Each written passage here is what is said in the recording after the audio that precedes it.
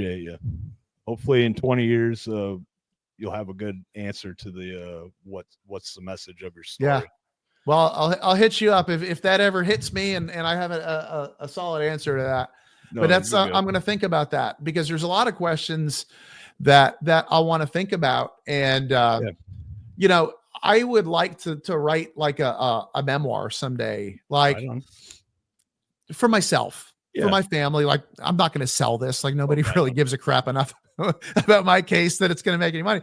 That's not why I would do it. Yeah. I want to do it for me because I hear I you. want to put everything out there. Someday, maybe my family, my grandkids, just think about this, right? Like my grandkids someday going to be in history class and they're talking about this. My granddaddy was a J6er, Yeah. right? Like, Right. Yeah. I have no idea. What's it going to be like? What is the narrative going to be like about this in 20 years, 50 years, 100 years Right. from now? Are we going to have this great republic 100 years from now? Like, what is this going to look like? Yeah. Right? Because so many people saw things happen over the last 4 or 5 years. Right. That you heard people talking about things. You heard people, is Jesus coming back? Right? Is the world coming to an end?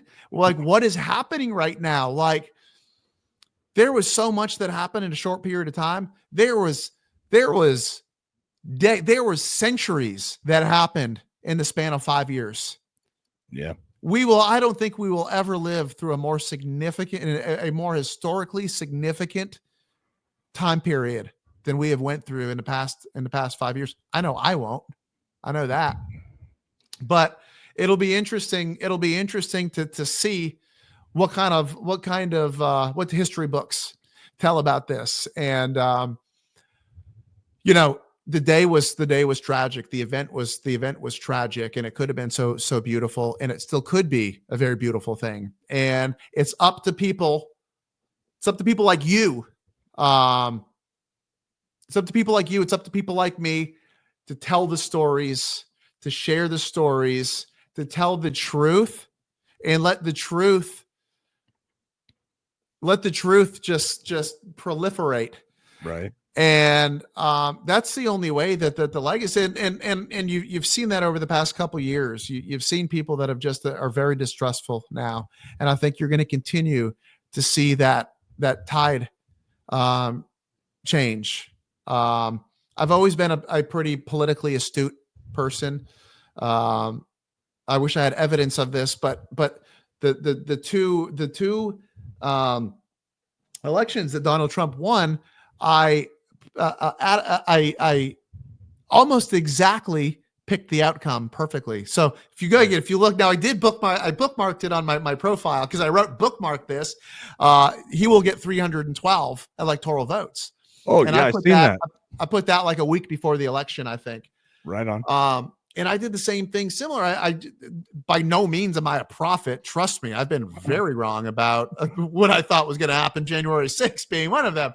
But I am pretty politically astute, and I do sense a very, very big shift. And I think when Donald Trump says things and he's coming into his term a whole different man, and I think when he says that we are entering a golden era, I really believe that, and I think that the tides will change. It's not going to be in the first 100 days, right?